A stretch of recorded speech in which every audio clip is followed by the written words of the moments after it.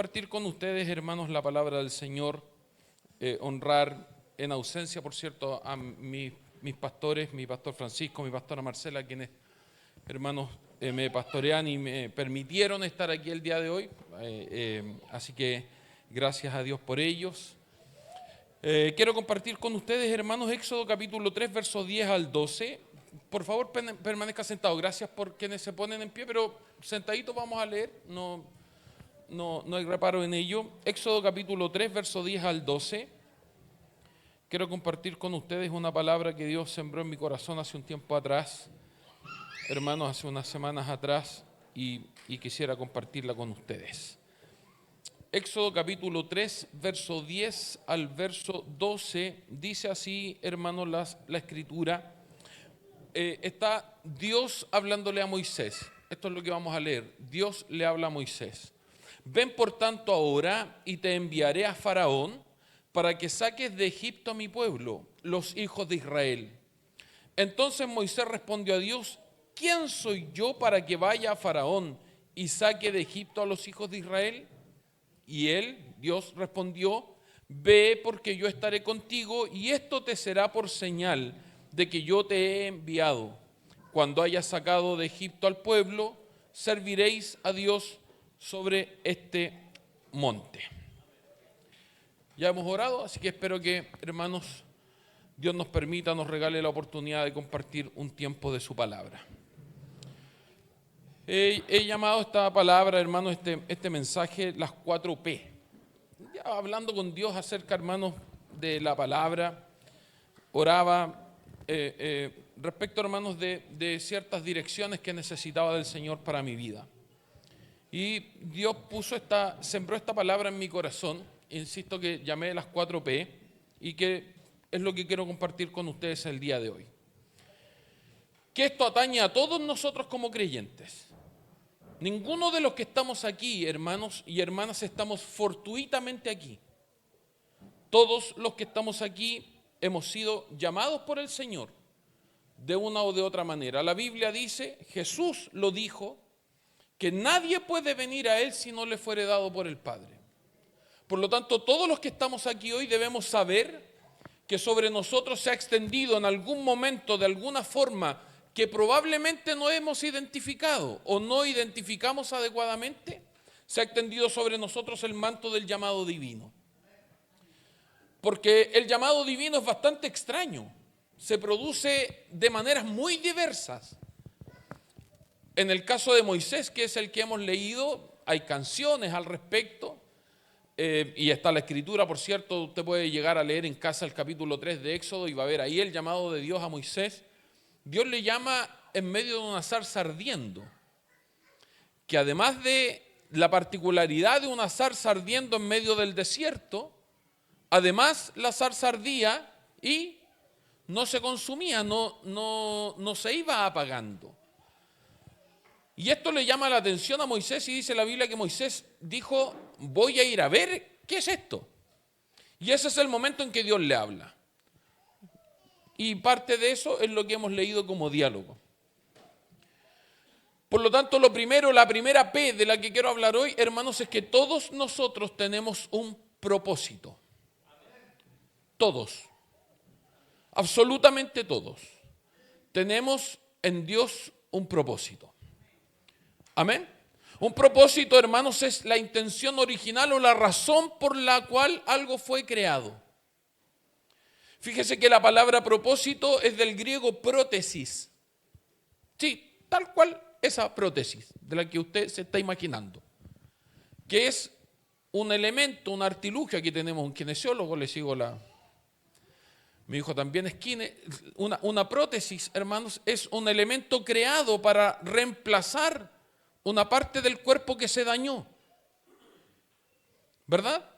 Y que cumple una funcionalidad, está creado específicamente para eso. Esa es su labor, para eso existe, para eso es. No sirve para otra cosa. Si usted toma una prótesis de rodilla y la trata de poner en la cadera, no le va a funcionar. No va a cumplir el objetivo, no va a cumplir el propósito. No va a quedar, no va a funcionar, no va a ser útil. sigue siendo una prótesis, sigue teniendo el mismo valor como prótesis, pero no es útil, no tiene utilidad. El llamado, hermanos, que Dios nos extendió a todos nosotros tiene un sentido y un propósito. Tiene una finalidad, tiene un objetivo, y hay un objetivo que es común, comunitario, a todos nosotros, que es, hermanos, el llamado que Dios nos extiende para alcanzar y para heredar la vida eterna. Pero hay también, hermanos, propósitos individuales.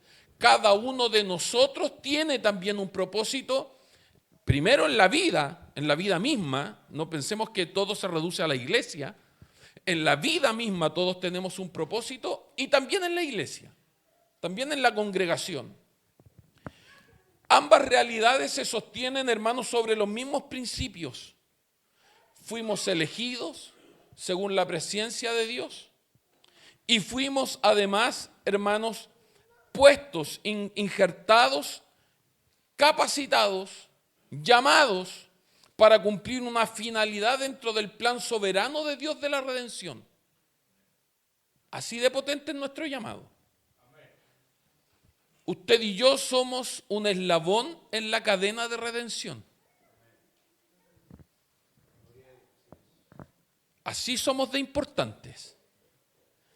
Usted y yo de pronto no sabemos, pero en esta misma reunión hoy, en nuestro corazón, se puede estar incubando la redención para alguien. Durante la semana usted se puede encontrar con alguien, con quien una conversación, un saludo, un minuto de oración puede ser la salvación para esa persona. Para esa persona y para su familia. Viaje conmigo a Filipos, a una cárcel. Ahí hay un hombre que está comisionado para custodiar a dos predicadores de la iglesia, Pablo y Silas. Han sido llevados presos, puestos, usted lo puede leer en casa, en el calabozo de más adentro, los pies en el cepo, conocemos todos esos detalles. A medianoche ellos cantan himnos a Dios, los presos le oyen y ocurre un terremoto. ¿Sí? Y esa sola circunstancia fue el momento en que el carcelero y su familia fueron alcanzados para redención. Porque Pablo y Silas habían sido puestos presos y él era su custodio. Así funciona. Pablo y Silas podrían haber estado reclamando, como muchas veces nosotros reclamamos, porque Dios nos pone en lugares donde nosotros pensamos que no merecemos estar. Y es cierto, probablemente no lo merecemos, pero hay un propósito en ello siempre. Siempre detrás de eso Dios tiene una intencionalidad. Su vida y la mía son vidas que se viven con intencionalidad. Y esa intencionalidad proviene de Dios. Usted y yo hemos aceptado que Dios sea el soberano en nuestra vida. ¿O no? Que sea Él quien dirija nuestro andar. Que sea Él quien nos lleve donde debemos ir. Que sea Él quien nos ponga donde debemos estar. Que sea Él quien nos conecte con quien nos debe conectar. Cuando tenga que elegir o cuando tenga la oportunidad de cambiar de trabajo, piense siempre en el propósito. ¿Esto va a sumar a mi propósito? ¿Esto me va a encaminar hacia mi propósito? Porque ninguno de nosotros, hermanos y hermanas, hemos sido convocados al cuerpo de Cristo para hacer número. Porque a Dios en verdad no le importan mucho los volúmenes. No, quiero explicarlo bien, porque no quiero que se entienda como que Dios siempre nos llama o a ser pocos o que no nos interese, porque no es que no nos interese. Es que no es trascendental para Dios. ¿Se acuerdan? Bueno, la Escritura lo dice. No es difícil para Dios salvar con muchos o con pocos. Porque finalmente, hermanos, siempre debemos reconocer en ello la intervención divina. Hubo un momento en que Gedeón tenía muchos soldados y Dios les dice, no, son demasiados. Y ustedes van a pensar que la victoria la obtuvieron por ustedes mismos. Por lo tanto, le pone ciertas pruebas para ir eliminando algunos hasta que queda un número más reducido, 300. Y con eso Dios, hermanos, cumplió el propósito de liberar a Israel de la mano de Amalek. Somos, por lo tanto, todos nosotros un eslabón en la cadena de redención. Viaje por medio minuto, hermanos, en su propia vida. ¿Se acuerda usted cuando el Señor le llamó? Mire por un momento las circunstancias que rodearon eso.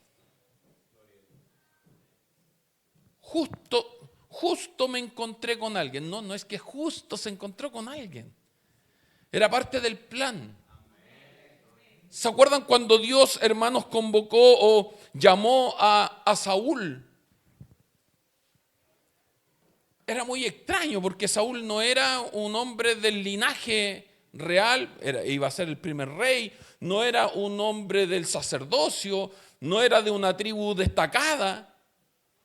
Y unos días antes que fuera ungido rey, a su padre se le perdieron unas asnas. Y mandó a Saúl a buscar las asnas, las mulas. Y en eso andaba cuando lo encuentra Samuel. Y lo unge por rey sobre Israel.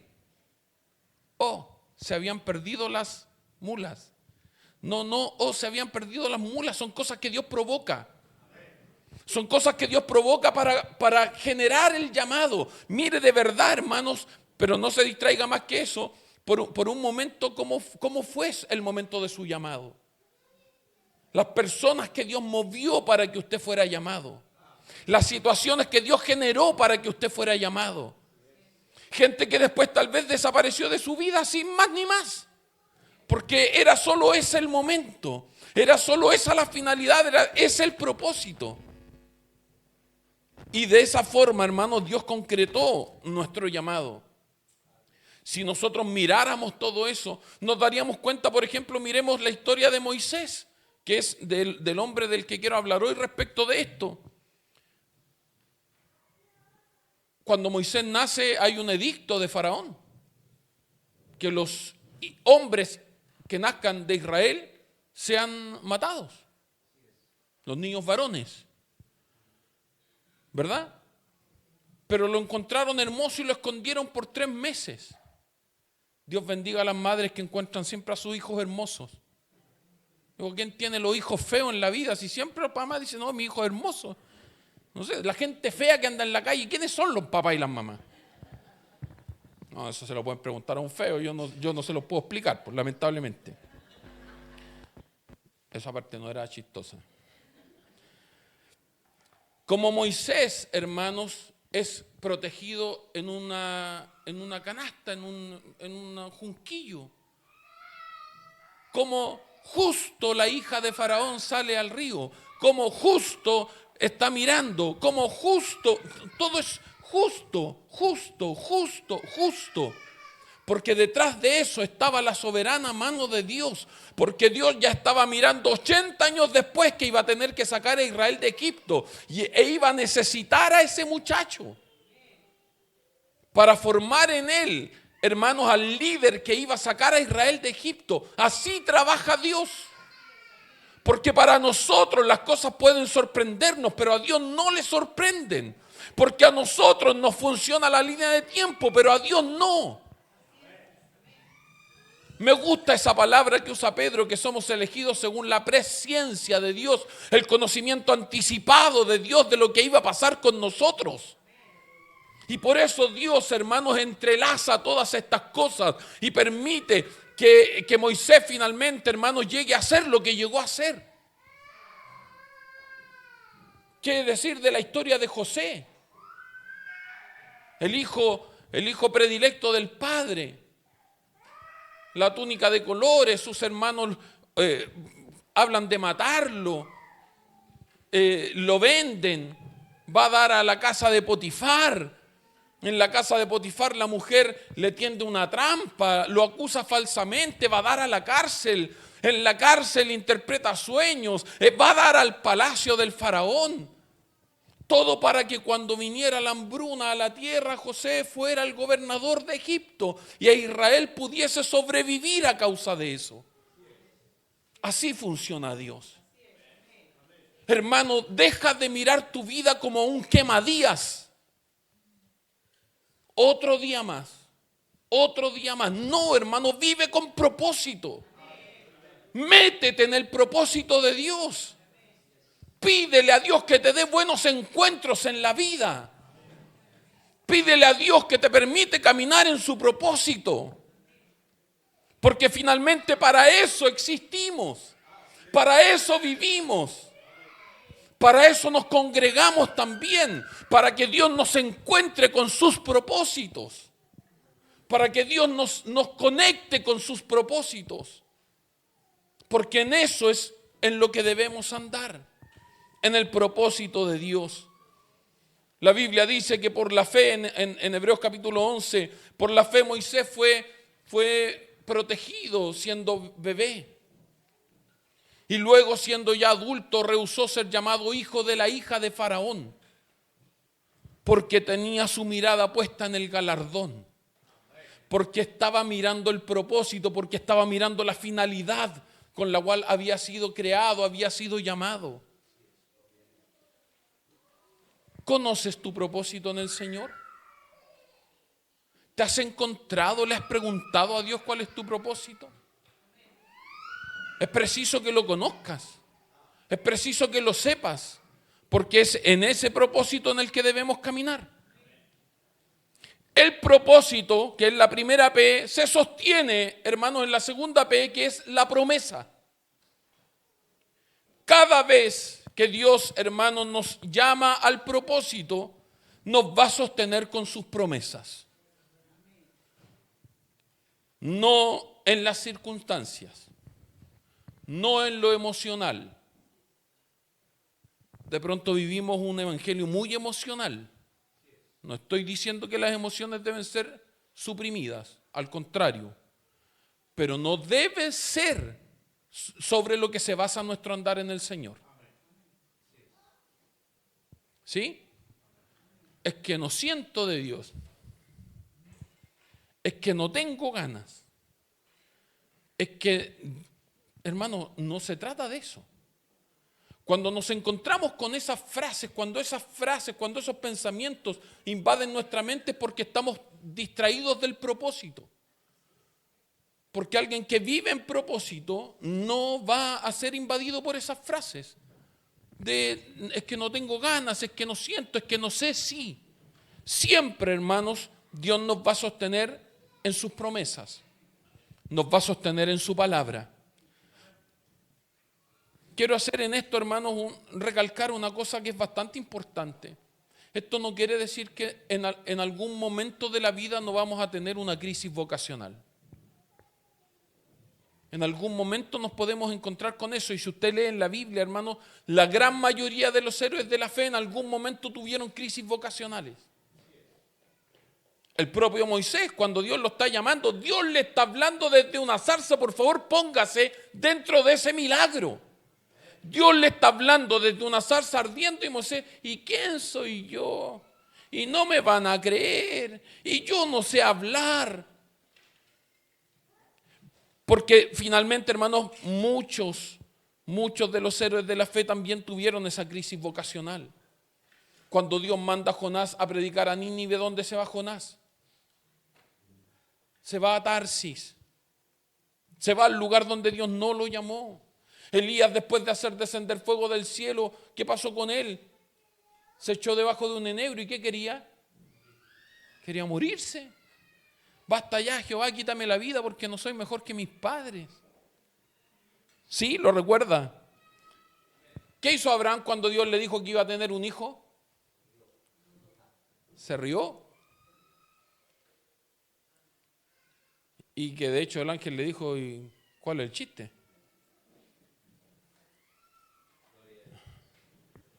Abraham se rió. David, un hombre al que si yo tengo que decir a alguien, aparte del Señor Jesucristo, por supuesto, si tengo que definir a alguien a quien yo observo y me encanta y amo su historia de vida, es David. Sí, David, el que adulteró, el que para tapar el adulterio mandó a matar al esposo de la mujer a la que había mirado. Sí, él mismo. ¿Tuvo crisis vocacional? Por supuesto. Y usted y yo también probablemente en algún momento la tengamos. Y en ese momento lo que nos va a sostener es la promesa. Nos va a sostener la promesa. Hay momentos, hermanos, en que nada alrededor nos hace ver el propósito. Y en ese momento nos va a sostener la promesa. Por eso es importante atender a la palabra. Por eso es importante que cuando Dios nos habla prestemos atención. Fíjese en esto, hermano, un pequeño detalle que esta semana Dios ponía en mi corazón. ¿Se acuerdan cuando el Señor fue llevado al desierto para ser tentado? ¿Sí? Para ser tentado por el diablo. ¿Quién lo llevó al desierto? La Biblia dice que el Espíritu. ¿Sí? Ese mismo Espíritu, esa misma voz, cuando fue bautizado, que es el evento exactamente anterior, dijo: este es mi Hijo amado, en el cual tengo complacencia. ¿Se acuerdan? ¿Y qué es lo primero que le dice el diablo cuando lo tienta? Si eres hijo de Dios. Muchas veces nosotros caemos en las jugarretas del diablo porque no estamos atentos a la palabra. Porque cuando Dios nos habla, estamos preocupados de otras cosas. Y eso es porque no vivimos centrados en el propósito. Y usted me va a decir: pastor, si yo escucho siempre las predicaciones, que yo no le estoy hablando de eso. Le estoy hablando de cuando Dios nos habla, siempre, no solo en las predicaciones. Acuérdese que a Balaam, la locura del profeta fue frenada por una burra. A Moisés le hablaron desde una zarza. Son diversas las formas en que Dios nos habla. Por lo tanto, siempre debemos estar atentos a ello porque van a ser esas promesas las que nos van a sostener. Fue la promesa la que sostuvo a Abraham. Cuando Dios le pide que sacrifique a su hijo, Abraham fue a sacrificarlo. Y dice que él dejó a los siervos y les dijo: el muchacho y yo y el muchacho, iremos allí, adoraremos y volveremos. Y cuando Isaac dice: padre, aquí va la leña, aquí va el fuego, está faltando algo. Y la respuesta de Dios es: Dios proveerá. Dios proveerá. Abraham sabía que Isaac no podía morir, porque era el hijo de la promesa. Porque Dios le había dicho solo un poco antes, porque el sacrificio está relatado en Génesis capítulo 22 y en el capítulo 21 verso 12 Dios le había dicho: en Isaac te será llamada descendencia. Abraham se abraza de la promesa, porque finalmente, hermanos, Abraham sabía que él iba a ser bendición a las naciones y que en Isaac le iba a ser llamada descendencia. Y le cree a Dios. Y le cree a Dios. Jeremías, cuando relata su crisis vocacional, él dice: porque cuantas veces doy voces y predica y grito violencia y destrucción, relata: porque la palabra de Jehová me ha sido para afrenta y escarnio cada día. Y dije, lo dice Jeremías: no me acordaré más de él ni hablaré más en su nombre. No obstante, había en mí, en mi corazón, un fuego ardiente metido en mis huesos. Traté de sufrirlo, traté de resistirlo, traté de rebelarme a ello y no pude. Los argumentos de Moisés fueron contrastados con la promesa de Dios que leímos en el capítulo 3, versos 12, en la segunda parte del verso 12. Cuando hayas sacado de Egipto al pueblo, serviréis a Dios en este monte. Hay una promesa trazada para Moisés. Moisés, vas a sacar a Israel y esto te va a ser por señal. Cuando lo saques, aquí mismo van a adorar a Dios. Lo que para ti, hermanos, puede ser un tiempo de pérdida, para Dios es un tiempo de preparación. Lo que para ti puede ser un tiempo, hermanos, de por qué Dios me tiene en esto, es un tiempo de preparación. Es un tiempo, hermanos, de ejercitación. Miren lo que dice la Biblia acerca del propio Señor Jesucristo. Dice la Biblia que por por lo que padeció, aprendió la obediencia. Hay, por lo tanto, hermanos, un proceso de aprendizaje en el que nosotros debemos también sumergirnos. Por lo tanto, lo primero es que tenemos propósito. Amén. Lo segundo es que tenemos promesa. Lo tercero, hermanos, es que tenemos provisión. La promesa de Dios siempre, siempre va a traer provisión. Siempre. Siempre Dios va a proveer, porque Dios siempre se hace cargo del que llama. Y cuando hablamos de provisión, generalmente, ¿para dónde va nuestra mente? Honestamente. A lo material. ¿Cierto? Nos falta lo material.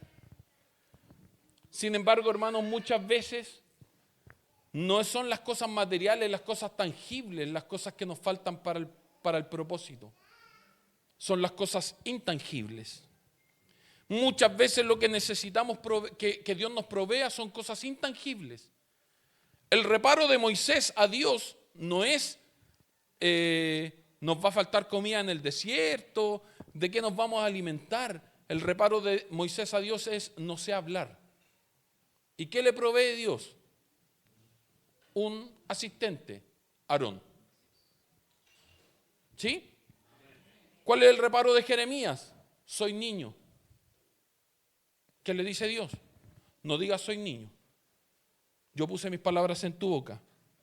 ¿Cuál es el reparo de Abraham? Lo hablábamos recién. Soy viejo. No importa Abraham. Porque el reparo de Abraham es soy viejo yo y es vieja mi señora. ¿Sí? Suena feo vieja, ¿no? Pero eso era. Anciana ya. Adulta mayor. ¿Cuál es el reparo de Gedeón? Soy el menor de mi familia. Fíjense que las cosas que le frenaban en el propósito no eran cosas materiales. En la gran mayoría de las ocasiones lo que nos falta para cumplir el propósito de Dios es la fe. Es la fe en el propósito de Dios. Es aventurarnos. Permítanme ponerles un ejemplo. Cuando la Biblia dice, hermanos, ¿se acuerdan en una ocasión en que los discípulos entran en la barca y se produce una tormenta? El Señor no estaba con ellos, en una sí estaba, ¿se acuerdan? Y se puso a dormir. Pero en otra no estaba. Y viene caminando a ellos sobre el mar. ¿Lo recuerdan? ¿Me siguen ya? Viene caminando a ellos sobre el mar y ¿qué es lo que ellos piensan? Dice la Biblia que dieron voces diciendo un fantasma. El cuco, un fantasma. Y el Señor les dice, no temáis, yo soy. Pedro le dice, si eres tú, manda que yo vaya sobre las aguas. Y el Señor le dice, ven. Pedro baja de la barca, empieza a caminar sobre las aguas. Y al ver el viento, comenzó a hundirse. ¿Sí? Está tal cual el relato bíblico hasta ahí, ¿no? Bueno, la Biblia dice que Pedro pidió auxilio, el Señor extendió su mano, lo tomó, lo subió a la barca y dice la Biblia que el Señor le dijo, ¿por qué dudaste? ¿Se acuerdan? Y habitualmente se nos dice que Pedro dudó al ver el viento y el mar, o al ver que lo que estaba... Pero Pedro dudó antes. Pedro dudó cuando el Señor dijo, yo soy. Y Pedro dijo, si eres tú. Ese es el momento en que Pedro duda. Escúcheme, si a veces nos metemos en tormentas porque dudamos antes. Porque antes de eso nos equivocamos en la fe. Porque antes de eso aplicamos mal nuestra fe. Y la duda, hermanos, nos aleja del propósito de Dios. Nos pone lejos del propósito de Dios. La mayoría de las veces lo que necesitamos, hermanos, para el cumplimiento del propósito es la fe. Hay una frase que me gusta cuando vienen, ¿se acuerdan cuando el Señor iba a la casa de Jairo y una mujer le interrumpe el camino. ¿Se acuerdan? La mujer con flujo de sangre. Y vienen a Jairo y le dicen: no molesten más al maestro porque tu hija murió. ¿Lo recuerdan? El Señor le dice a Jairo: no temas, cree solamente. ¿Se acuerdan? Y Jairo, ¿se acuerdan de la respuesta de Jairo? A mí me gusta porque es una respuesta muy honesta. Jairo le dijo: creo, Señor, ayuda a mi incredulidad. Creo, pero está difícil. En muchas ocasiones lo que nos falta de provisión es solo la fe. Es solo creer que donde estamos parados es donde Dios nos puso. Que donde estamos, hermanos, en el momento en el que estamos es el momento que Dios determinó en el que estuviéramos. Que el lugar en donde estamos es el lugar donde Dios determinó que estuviéramos. Sí, hermanos, así funciona Dios. Cuando Dios se propone sacar a los hijos de Israel de Egipto, le dice a Moisés: yo les voy a dar gracia ante los egipcios para que les den sus cosas. Porque iba, hermanos, a faltar en el desierto. Pero miren lo que dice la Biblia, que cuando Israel salió de Egipto, las egipcias le dieron a las israelitas sus joyas, ¿lo recuerdan? ¿Y en qué se transformaron esas joyas en el desierto? ¿Ve que a veces el problema no es la provisión material? La provisión material que necesitó Israel y que la tuvieron, la transformaron en un becerro de oro. ¿Sí? No saque ninguna lectura subliminal de eso, es tal cual lo que estoy diciendo. Es tal cual. Y con descaro, con el descaro de los israelitas. Si los israelitas son bastante descarados, Israel en el desierto fue bastante descarado con Dios. Dios así lo dice, si se lo anotó 10 veces. Porque ellos dijeron: metimos el oro y salió un becerro. Ya. No fue así. Lo hicieron. Lo hicieron. En muchas ocasiones, hermanos, esa provisión material que obtenemos termina siendo un tropiezo. Por eso reitero, y no estoy con esto diciendo que debemos vivir en pobreza, ni estoy haciendo un llamado a nada de eso. Olvide eso, sáquelo de su cabeza porque no es eso lo que estoy diciendo. Pero lo que estoy diciendo, hermanos, es que Dios no necesita de nuestros bienes materiales para cumplir su propósito. No los necesita. No es dependiente de ello. Cuando Abraham levantó su mano para herir a su hijo, la Biblia dice que el ángel le dijo: no lo hagas, y Abraham alzó sus ojos y vio un carnero. Dios había cumplido la promesa. No dudes, hermano mío y hermana amada, que Dios se va a encargar de proveer aquello que el cumplimiento de la promesa requiera. Dios lo va a hacer. Dios lo va a hacer. Dios lo va a hacer. Llamó el lugar Abraham Jehová Jireh, porque dijo: Dios proveerá. Dios proveerá. Hermano, aventúrate en el propósito de Dios. Créele a Dios porque Dios proveerá. Pero es que yo no sé hablar, de eso se trata, porque Él es el que quiere hablar. Es su propósito, no el nuestro. Esto se trata de Él, no de nosotros. Por eso Dios siempre llamó gente que no tuviera las suficientes capacidades. Y en el nuevo pacto no es muy distinto. ¿Qué les escribe Pablo a los Corintios? Les dice: hermano, mírense entre ustedes quiénes son. Que no son sabios según la carne, que no son los entendidos, que no son los poderosos. ¿A quiénes llamó Dios? A lo vil del mundo, a lo menospreciado del mundo, a lo necio del mundo, para que nadie se jacte en su presencia. Para que nadie diga soy yo, para que nadie diga fueron mis fuerzas, para que nadie diga yo lo logré por mis propios medios. Es el propósito de Dios el que tiene que cumplirse en nuestra vida y no los nuestros. Porque esto se trata de Él y no de nosotros. Lo voy a decir tal como suena. Aprendí a hablar castellano simple y sencillo. Los que me conocen de más años saben que soy así. Como dicen por ahí, si saben cómo me pongo, ¿para qué me invitan? Cada vez que nosotros metemos la cuchara en el propósito de Dios, lo echamos a perder.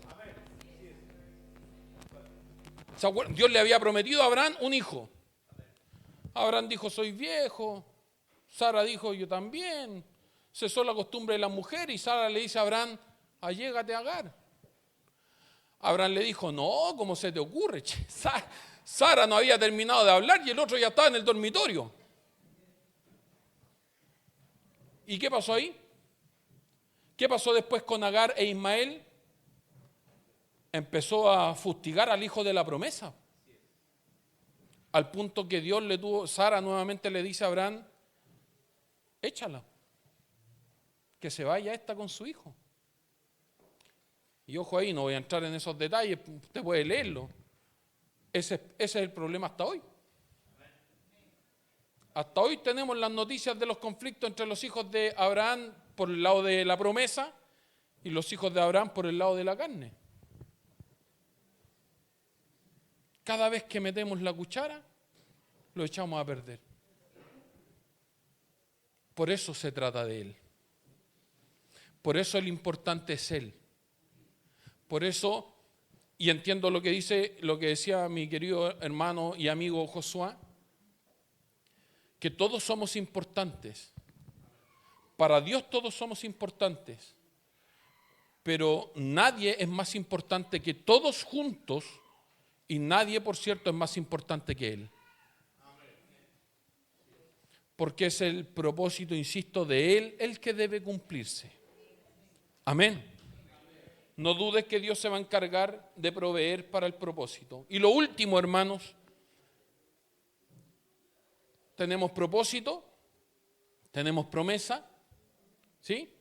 Tenemos provisión y lo último tenemos presencia. Sin ser lo último, es lo último que menciono, pero tal vez sea lo más importante. Finalmente, hermanos, la garantía de que estamos en el propósito de Dios es su presencia. Y aquí sí sé que me voy a meter en la pata de los caballos y no hablo de su presencia como lo que sentimos en la iglesia cuando nos reunimos. No, es su presencia certera. No sujeta a nuestras emocionalidades, sino a la fe. A la fe. Yo sé que Dios está conmigo. Pero y mire todo lo que está viviendo, sí, pero yo sé que Él está conmigo. Pero los vientos soplan en contra, sí, pero yo sé que Él está conmigo. No es una conclusión al mirar lo circunstancial. Me sostengo en su promesa. Me sostengo en su propósito. Me sostengo en su provisión. Yo sé que Él está. Yo sé que Él está. Dios le dijo a Jeremías, no temas delante de ellos porque yo estoy contigo. Dios le dijo a Moisés, yo voy a estar contigo. Por la fe dice la Biblia que Moisés dejó Egipto no temiendo la ira del rey porque se sostuvo como viendo al invisible. Amén. Cuando el ángel del Señor se le aparece a Gedeón y le dice, Jehová está contigo, varón esforzado y valiente. ¿Qué es lo que hace Gedeón? Fíjese la respuesta de Gedeón. La Biblia dice que Gedeón le respondió, si Jehová está con nosotros. ¿Y qué le había dicho Dios? Dios no le había dicho con ustedes. El ángel le dijo, Jehová está contigo. Porque de pronto, hermanos, ¿cómo decirlo para poder explicarlo adecuadamente? Porque de pronto nos escondemos en la presencia congregacional de Dios. Pero no es esa presencia de la que hablo. Porque ahí nos estamos, entre comillas, aprovechando de la promesa de que Dios va a estar. hablo de esa compañía, de esa relación íntima e individual. Esa de la que habló Jesús, ora a tu Padre en lo secreto. Ten una conversación privada, íntima, cuando nadie te está viendo, cuando nadie está al lado tuyo. Cuando Dios le dice eso a Gedeón, Gedeón confunde lo que Dios le estaba diciendo. Y pareciera ser, hermanos, que a veces a nosotros también nos ocurre lo mismo. Quiero cerrar, hermanos, la palabra de hoy con Éxodo capítulo 33. En los versos 1 al 3, Dios le dice a Moisés: anda, sube de aquí, tú y el pueblo que sacaste de la tierra de Egipto, a la tierra a la cual juré a Abraham, Isaac y Jacob, diciendo: a tu descendencia la daré. Y yo enviaré delante de ti el ángel, le dice el Señor, y echaré fuera al cananeo, al amorreo, al eteo, al fereceo, al heveo y al jebuseo, a la tierra que fluye leche y miel. Pero mire lo que dice en el verso 3: pero yo no subiré en medio de ti, porque eres pueblo de dura cerviz, no sea que te consuma en el camino. Dios le dice a Moisés: yo les voy a dar la tierra, voy a cumplir lo que les prometí, pero yo no voy a ir con ustedes. Les voy a enviar un ángel, no los voy a dejar solos, les voy a enviar un ángel. Puede incluso ser, esto lo agrego yo, creo que puede incluso ser el hermosísimo ángel Gabriel, eventualmente, el reservado para los momentos importantes de la Escritura, el lindo. Sin embargo, Dios le dice: voy a enviar un ángel, pero yo no voy a ir.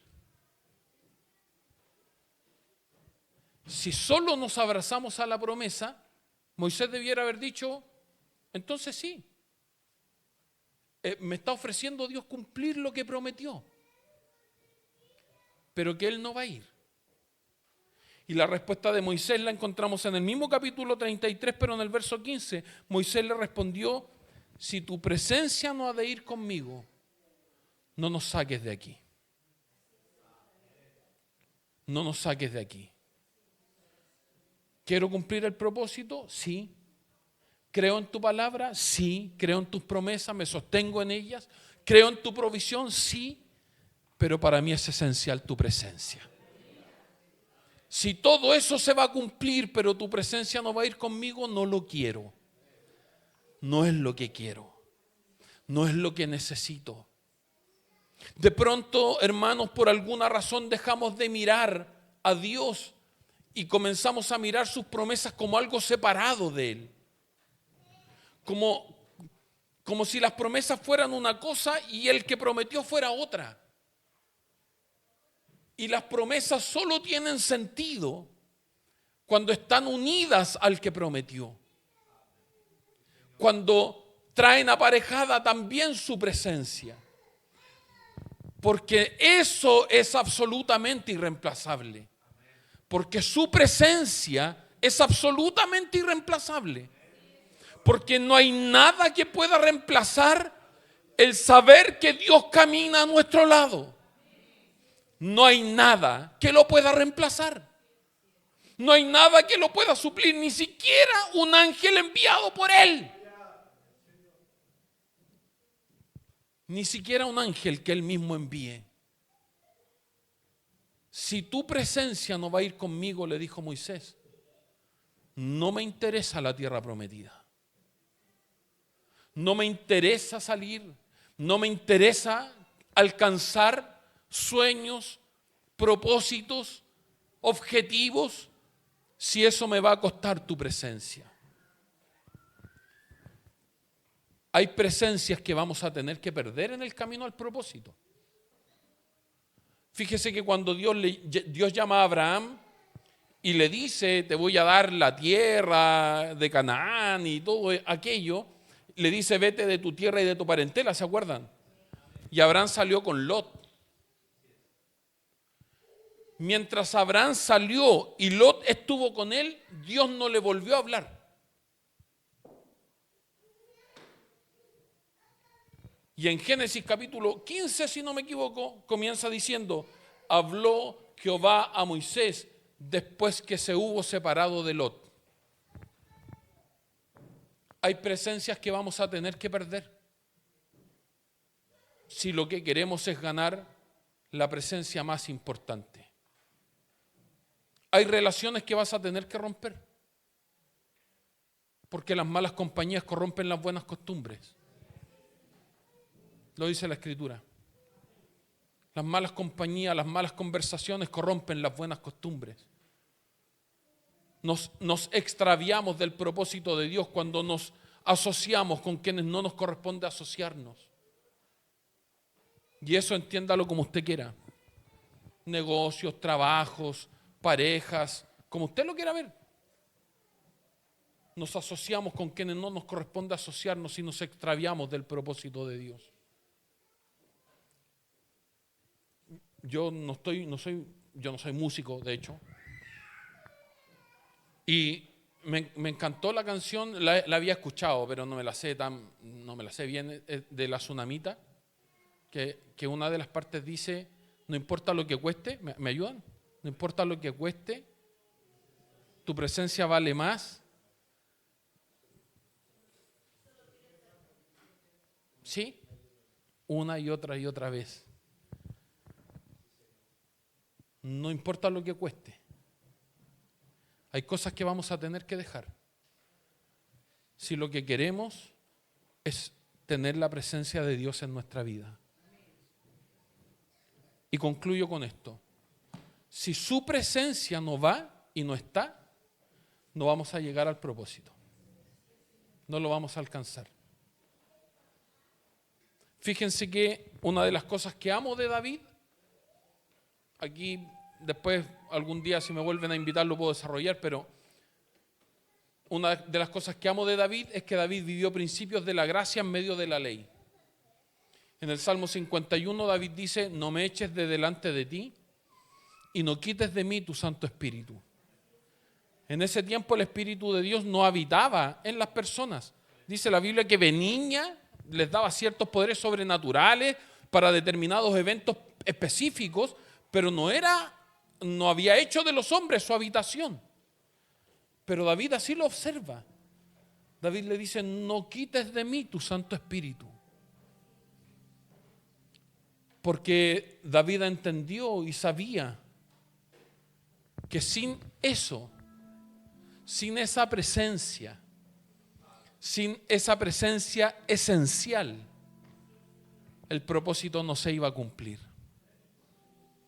Tienes que saber, hermano y hermana, que su presencia es esencial para alcanzar el propósito que Él tiene para nosotros, que Él tiene para ti. Ese lugar, ese objetivo, esa finalidad con la que Dios te llamó, solo se alcanza si logras caminar con Él.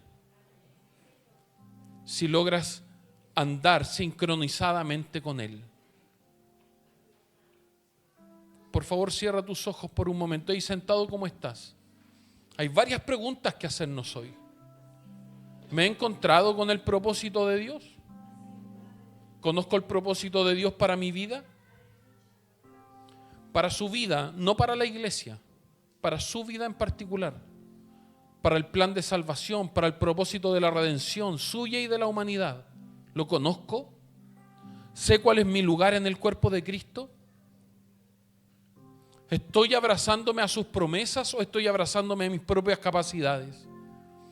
¿Lo estoy logrando de manera humana como trató de hacerlo Abraham al tener un hijo con Agar? ¿O me estoy esperanzando en lo que Él prometió? ¿Me estoy abrazando a su promesa? ¿Me estoy abrazando a la promesa trazada, al propósito ideado? ¿Le estoy creyendo a Dios? ¿Estoy recibiendo su provisión? ¿Estoy recibiendo su provisión? ¿Está su presencia yendo conmigo? ¿O estoy yo yendo en su presencia? Señor, Elías dijo: vive Jehová en cuya presencia estoy. Sí, tuvo una crisis vocacional, pero estaba en tu presencia. Y eso le permitió seguir. Eso le permitió no desistir. Eso le permitió ahí en medio del enebro ser también sustentado. Hermano, hermana, necesitas encontrarte con el propósito de Dios. Tu vida no puede seguir sin rumbo, no puede seguir sin sentido.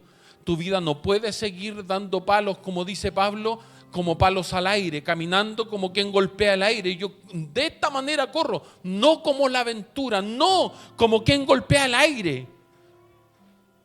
Porque sé cuál es la meta del supremo llamamiento de Dios. Porque yo sé cuál es la meta a la que Dios me ha llamado.